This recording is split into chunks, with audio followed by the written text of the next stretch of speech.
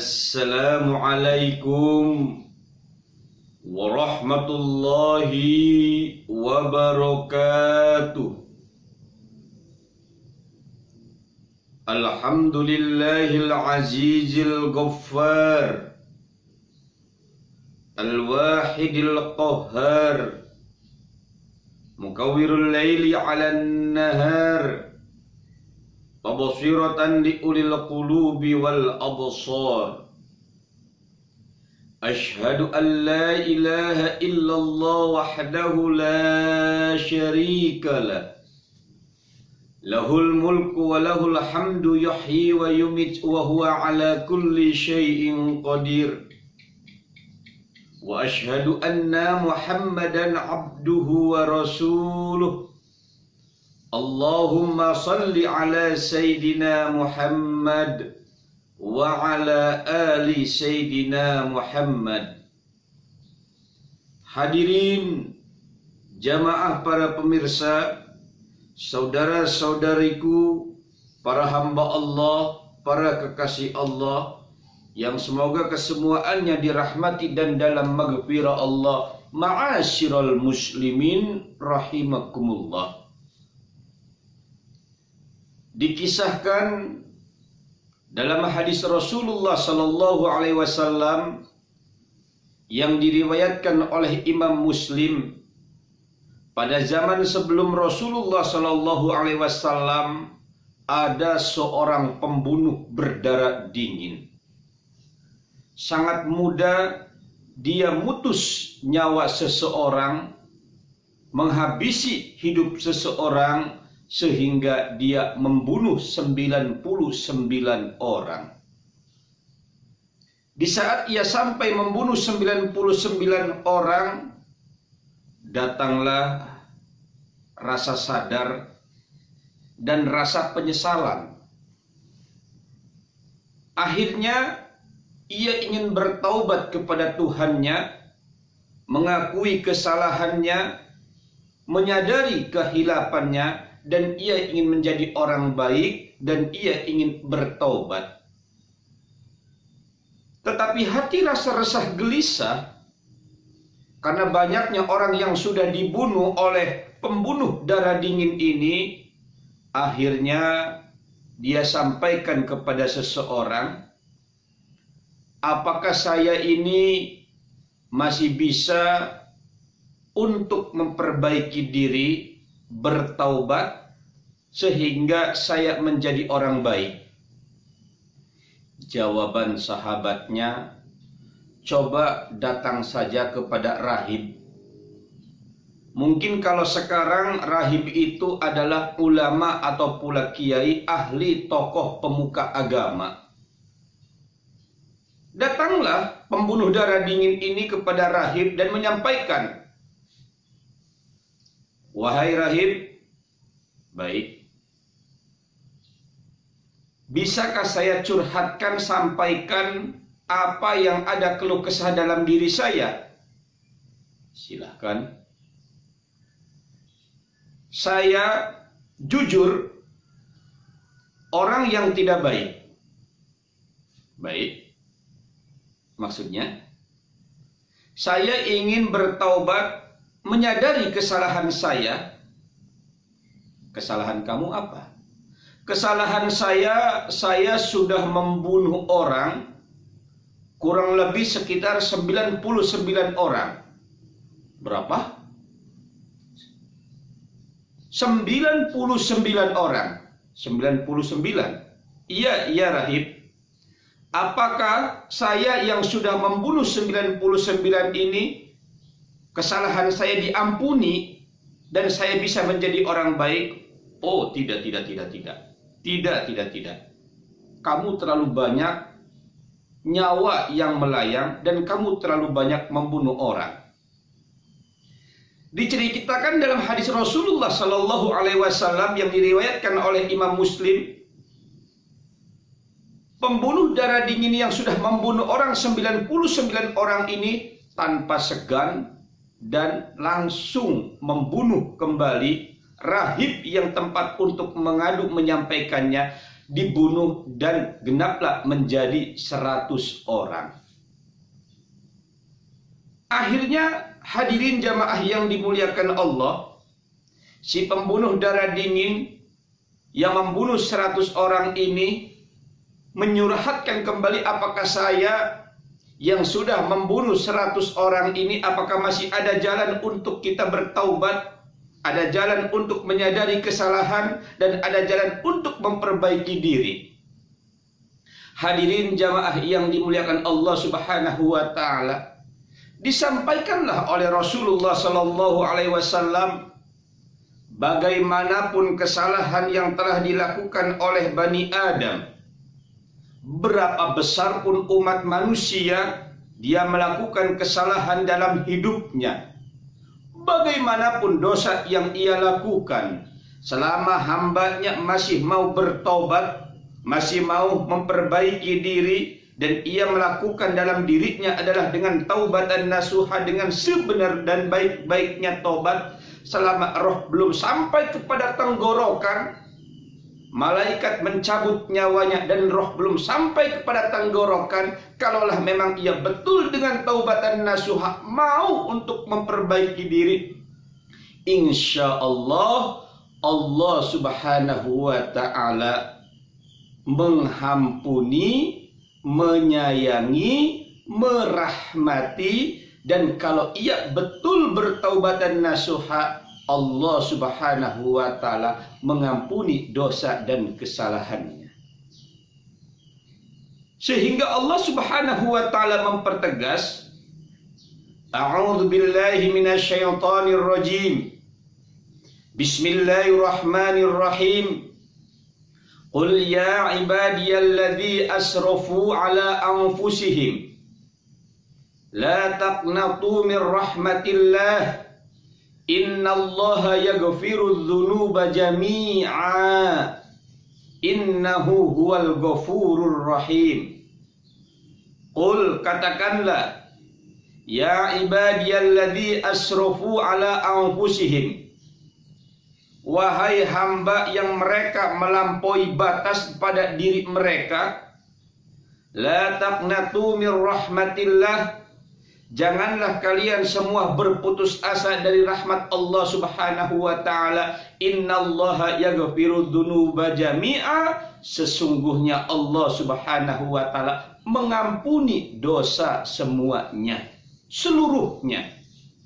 Innahu huwal ghafurur rahim, sesungguhnya Allah Subhanahu wa ta'ala huwa ya Allah al-ghafurur rahim, maha pengampun dan kasih sayang. Hadirin jamaah para pemirsa yang dimuliakan Allah, ma'asyiral muslimin rahimakumullah. Di dalam ayat ini Allah Subhanahu wa ta'ala membuat himbauan. Kenapa membuat himbauan? Karena Allah Subhanahu wa ta'ala mengawali dengan kalimatnya, ya ibadiyalladzi asrafu ala anfusihim, wahai hamba, mereka hamba yang melampaui batas atas diri mereka. Kenapa kalimatnya hamba yang melampaui batas atas diri mereka? Jadi kehidupan umat manusia yang kita kerjakan ini semuanya pondasinya ada pada pribadi manusia. Jadi kalau ibarat takaran, ya takaran kehidupan ini ada pada pribadi manusia. Mau baik atau pula buruknya, mau benar atau pula salahnya, lebih atau pula kurangnya, ada pada pribadi manusia.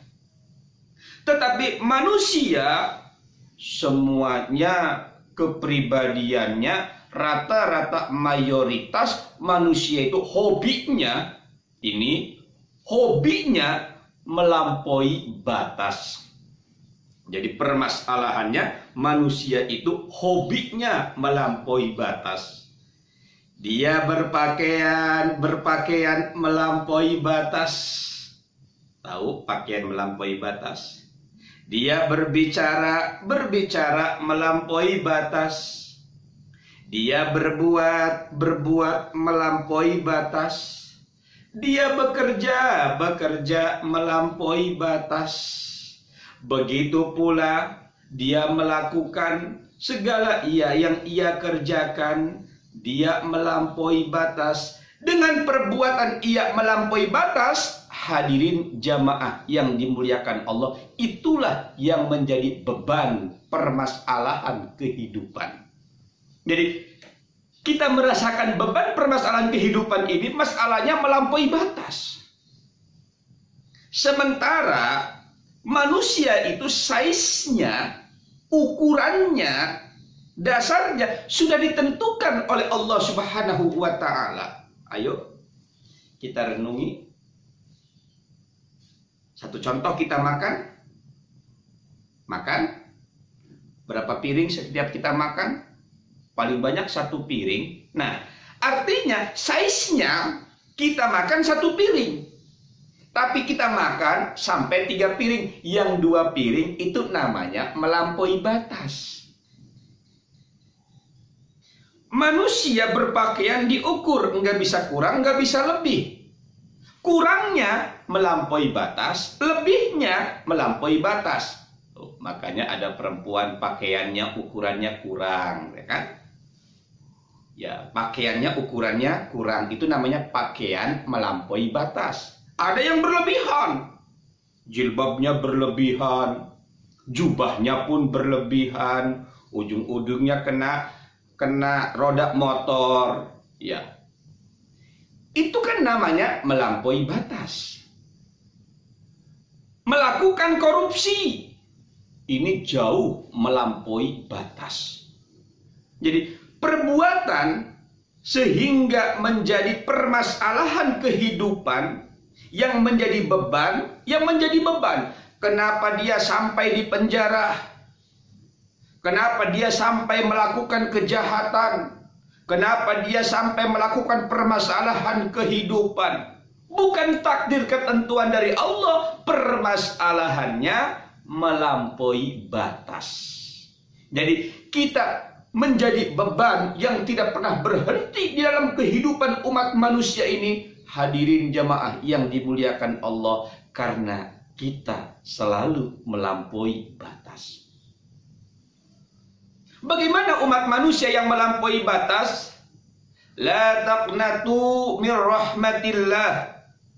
Janganlah kalian semua, hai umat manusia yang hobinya melampaui batas, janganlah berputus asa dari rahmat Allah Subhanahu wa Ta'ala. Innallaha yaghfiru dzunuba jami'a. Sesungguhnya Allah Subhanahu wa Ta'ala mengampuni dosa dan kesalahan seluruhnya. Jami'ah, seluruhnya. Allah Subhanahu wa Ta'ala Maha Pengampun dan Maha Kasih Sayang. Begitu pula hadirin jamaah yang dimuliakan Allah, bagaimana nasihat bapak, orang tua kepada putra-putra dan saudara Yusuf alaihissalam. Di saat itu pula diutus untuk menemui Nabiullah Yusuf alaihissalam. Apa nasihatnya kepada saudara-saudara Nabiullah Yusuf alaihissalam? La tai'asu min ruhillah, innahu la yai'asu min ruhillah illal qaumul kafirun. Jangan putus asa dari rahmat Allah Subhanahu wa Ta'ala. Innahu la yai'asu min ruhillah. Sesungguhnya tidak ada putus asa dari rahmat Allah Subhanahu wa Ta'ala. Dan orang yang berputus asa dari kasih sayang Allah hanyalah orang-orang kaum yang kafir. Di dalam diri kita, selama diri kita masih punya iman, selama diri kita masih menyandarkan dalam hidup kita ini kepada Allah Subhanahu wa Ta'ala, bagaimanapun, walau di dalam diri bagaimanapun gelapnya kehidupan, gelapnya muka kita, hitamnya hati kita, gelapnya pandangan terhadap kehidupan, terkadang kita berpikir kemana jalan kita menuju, kemana kita meniti, kemana kita berpikir, dan kemana kita berpijak. Jangan sesekali putus asa. rahmat Allah Subhanahu wa taala sungguh sangat luas. Kasih sayang Allah Subhanahu wa taala menyertai dalam kehidupan kita. Hadirin jamaah yang dimuliakan Allah, ma'asyiral muslimin rahimakumullah. Sebelum lebih jauh kita menyelesaikan permasalahan kehidupan, masih ada harapan di dalam apa yang kita harap dalam kehidupan ini. Tentu kita berpikir dan bertanya, kenapa sih kita ini hidupnya selalu bermasalah? Kenapa sih hidup ini beban terlalu berat? Kenapa sih kita ini selalu letih dalam menghadapi hidup? Pertanyaannya, kenapa sih? Kenapa sih? Kenapa sih? Bahkan terkadang kita menyalahkan kehidupan kita, lebih jauh menyalahkan kepada orang tua kita, cemburu diri kita kepada tetangga kita. Oh, betapa hijaunya rumput tetangga. Pertanyaan, kenapa sih? Kenapa sih? Kenapa sih? Apa permasalahannya? Bukan Allah Subhanahu wa taala mengurangi rizki nikmat yang Allah berikan kepada kita. Bukan Allah Subhanahu wa taala mengurangi kasih sayang kehidupan umat manusia yang kita hidup di alam dunia. Bukan Allah Subhanahu wa taala membebani kehidupan umat manusia terhadap diri kita yang hidup di alam dunia. Permasalahan yang sungguh sangat besar beban kehidupan umat manusia di alam dunia. Permasalahannya, hadirin jamaah saudaraku, hilangnya iman yang menetap di hati kita. Apa? Hilangnya iman yang menetap di jiwa, raga, kehidupan dalam diri kita. Oh, Pak Kiai mah bisa aja kok ngatain iman hilang segala. Saya iman kepada Allah. Kadang-kadang saya sholat. Saya iman kepada Allah. Ya, yakin adanya Allah. Bahkan kadang saya mabuk pun saya ingat kepada Allah. Ini kan hebatnya. Mabuk pun ingat kepada Allah. Jangan ngatain saya tidak iman kepada Allah. Saudaraku yang dimuliakan Allah, saudaraku yang semoga terus dilindungi oleh Allah Subhanahu wa ta'ala. Hidup ini adalah pemain. Ibaratnya ada permainan main bola. Melihat, menengok, menyaksikan, bermain itu beda. Di sana ada main bola? Ada. Lihat. Ya, lihat. Cuma lihat doang. Kamu main enggak? Enggak. Artinya, melihat, cuma melihat, menengok, cuma menengok, tidak bermain, itu jauh. Sementara kehidupan kita di alam dunia ini bukan menengok, bukan melihat, tapi kita kehidupan di alam dunia ini adalah bermain. Bermain sebenar-benarnya. Kita ini adalah kapten di dalam permainan. Karena kita ini adalah kapten, bermain dalam sebenar-benarnya bermain. Hadirin jamaah yang dimuliakan Allah, jangan sesekali iman hanya sebatas iman. Lagi ingat, imannya cuma diingat. Lagi sadar, imannya cuma lagi ingat sadar. Lupa, imannya dilupain. Ya betul dia iman kepada Allah. Ya betul dia meyakini kepada Allah. Tetapi kalau hidupnya berpikirnya yang positif, dia ada yang positif. Tetapi kalau hidupnya itu berpikir negatif, dia ada pada yang negatif. Iman dikala ada, dia iman dikala hilang. Iman dikala ingat, iman hanya sebatas ingat. Bukanlah sebenarnya permainan dalam kehidupan. Nah, seseorang, hadirin jamaah yang dimuliakan Allah, imannya yang tidak menetap di dalam kalbunya, dalam jiwanya, dalam kehidupannya, hanya sebatas ingat, hanya sebatas ada, kadang ingat, kadang ditaruh, kadang dipakai. tidak ditetapkan sebetulnya. Maka dalam diri umat manusia, faktor iman yang tidak ada ini, hadirin jamaah yang dimuliakan Allah, maka manusia yang tidak ada imannya, imannya kadang hilang, kadang ada. Manusia yang imannya hanya sebatas perhiasan, maka akan terjadi di dalam hatinya Allah itu tidak ada. Jadi akan terjadi di dalam jiwanya, kehidupannya, Allah itu tidak ada. Kalaulah Allah tidak ada, sudah. Ini berabe, saudaraku. Udah. Ini masalah yang paling berat di dalam hidup. Kalaulah iman sudah tidak ada dalam kalbu, hati, nurani, jiwa, raga, kehidupan umat manusia, maka hilanglah rasa malu. Maka hilanglah kendali dalam kehidupan. Maka hilanglah stabilitas, keseimbangan dalam hidupnya. Maka tidak akan terkontrol dalam kehidupannya, mana yang benar, mana yang salah. Yang lebih jauh dalam kehidupan, kalaulah iman sudah tidak ada, hadirin jamaah yang dimuliakan Allah, maka dirinya akan menjadi Tuhan dalam kehidupan. Dirinya akan menjadi Tuhan kehidupan. Ya, karena dirinya akan menjadi Tuhan kehidupan, maka hadirin yang dimuliakan Allah, beban dipikul oleh dirinya sendiri, dibawa oleh dirinya sendiri, sehingga makin banyak permasalahan, makin banyak beban, terus makin beban, dan terus makin beban. Faktornya dia melupakan kepada Allah. Dasarnya karena tidak ada keimanan. Oh, itulah permasalahan kehidupan. Yuk kita lihat. Para artis, para pejabat, orang yang kita pandang hebat-hebat, berakhir dengan narkoba. Kenapa? Dia berpikir narkobalah yang bisa menenangkan kehidupan. Kenapa? Karena imannya tidak ada. Sebaliknya hadirin jamaah yang dimuliakan Allah, di dalam kehidupan ini,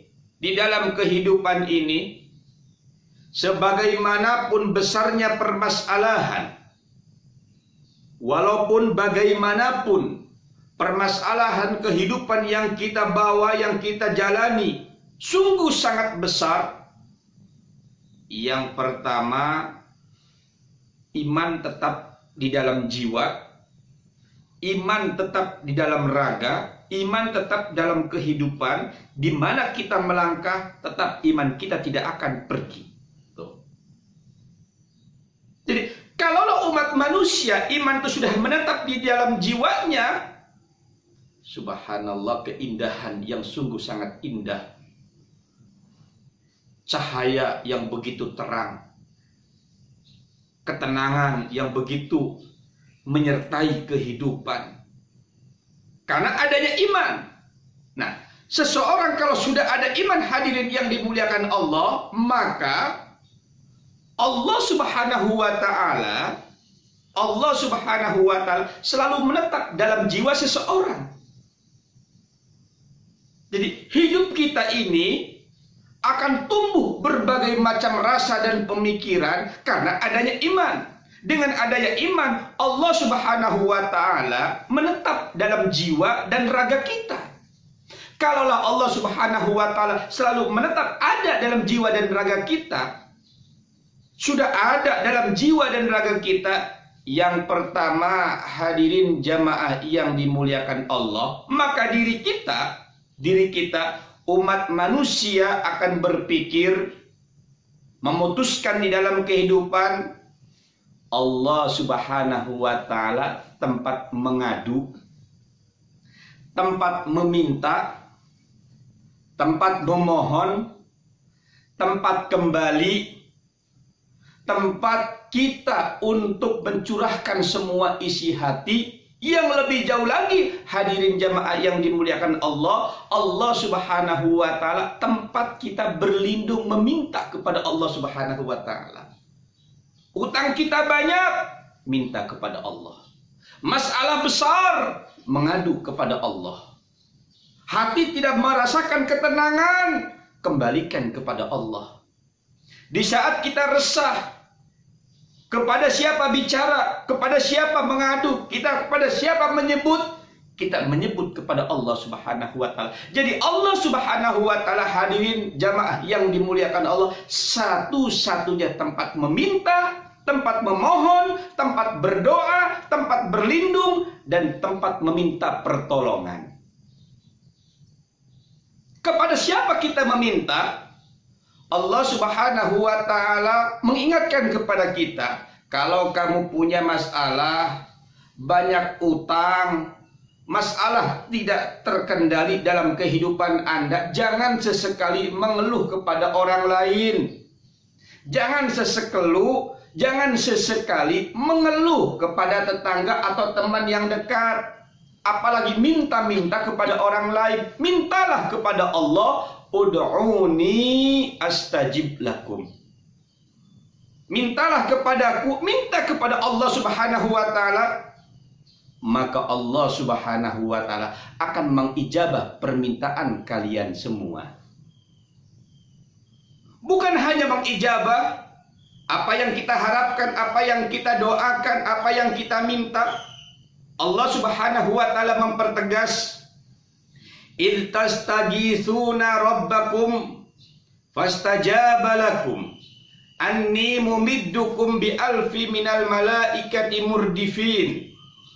Kalaulah kalian semua meminta kepada Tuhan kalian semua, yakni apabila kalian semua meminta pertolongan kepada Allah Subhanahu wa taala, fastajaba lakum, maka Allah Subhanahu wa taala mengijabah permintaan pertolongan kalian semua. Anni mumiddukum, maka Allah Subhanahu wa taala mempertegas, akan saya kirim rombongan bala tentara, bi alfi minal malaika, ribuan malaikat murdifin yang datang berturut-turut. Subhanallah. Sadar saudaraku? Menyadari saudaraku? Jadi, kalaulah kita ini meminta kepada orang lain, maka orang lain akan menjauh. Bagaimanapun sahabat dekatnya. Kita mengeluh, meminta pertolongan kepada orang lain, maka orang lain akan mencibir kepada kita. Tetapi sebaliknya, kalaulah kita betul meminta kepada Allah, mengadu kepada Allah, kembalikan kepada Allah, curahkan kepada Allah, serahkan kepada Allah Subhanahu wa taala. Apa kata Allah? Fastajaba lakum anni mumiddukum bi alfi minal malaikati murdifin. Permohonannya akan diijabah, akan dikirim rombongan bala tentara dari ribuan malaikat, dan malaikat itu terus berturut-turut datang akan menolong apa yang kita harapkan. Kita hanya mengadu, meminta, memohon kepada Allah Subhanahu wa taala. Jadi saudaraku yang dimuliakan Allah, jangan sesekali kita ini mengadu permasalahan kita kepada siapa orangnya. Mengadulah permasalahan kehidupan kita ini hanya kepada Allah Subhanahu wa taala. Yang kedua, hadirin jamaah yang dimuliakan Allah, orang yang memiliki keimanan, walaupun dia punya permasalahan di dalam kehidupan, masalah sebesar apapun masalahnya, kalaulah kita iman kepada Allah, Allah Subhanahu wa taala sudah menetap dalam jiwa dan raga kehidupan kita, kita akan selalu merasakan ketenangan. Apa? Kita akan selalu merasakan ketenangan. Ketenangan bagaimana? Ketenangan dari berbagai macam polemik kehidupan. Oh, apa iya? Benar. Bukankah permasalahan kehidupan ini sumbernya ada dalam hati? Betul? Ya, ada dalam hati. Kita ketawa karena hati lagi senang. Kita gembira karena hatinya lagi bahagia. Kita sedih, hatinya lagi menangis. Kita resah karena hatinya lagi resah gelisah. Semua sumbernya ada di dalam hati. Cinta dan benci ada di dalam hati. Permasalahan kita masalah ada di dalam hati. Bukankah kita berdoa kepada Allah Subhanahu wa taala dalam 5 waktu kehidupan kita melakukan ibadah sholat? Tsabbit qalbi ala dinik wa ala ta'atik. Hati kita minta ditetapkan oleh Allah Subhanahu wa taala. Di saat kita hatinya dalam keadaan resah, permasalahan yang menggunung yang tidak ada henti, sungguh besar dalam kehidupan kita, kita menyebut asma Allah Subhanahu wa taala. Dengan menyebut asma Allah, ala bidzikrillahi tatmainnul qulub. Sebesar apapun permasalahan kehidupan di alam dunia ini, dengan menyebut asma Allah Subhanahu wa taala, tatmainnul qulub, maka hati menjadi tenang, hati menjadi bahagia, dan hati menjadi tentram. Jadi memiliki permasalahan, dengan kita menyebut asma Allah, kembalikan kepada Allah, zikir kepada Allah, menyebut asma Allah, hati kita akan menjadi tenang. Kenapa? Karena Allah tempat mengadu dalam kehidupan kita. Yang ketiga, hadirin jamaah yang dimuliakan Allah, tempat mengharap, tempat memohon, tempat meminta hanyalah kepada Allah Subhanahu wa taala. Jangan sesekali kita meminta kepada tetangga kita atau orang terdekat kita. Jadi kalaulah kita mengharap, memohon, misal kita punya hutang banyak. Ya, karena memang manusia ini sulit dilepaskan dari hutang.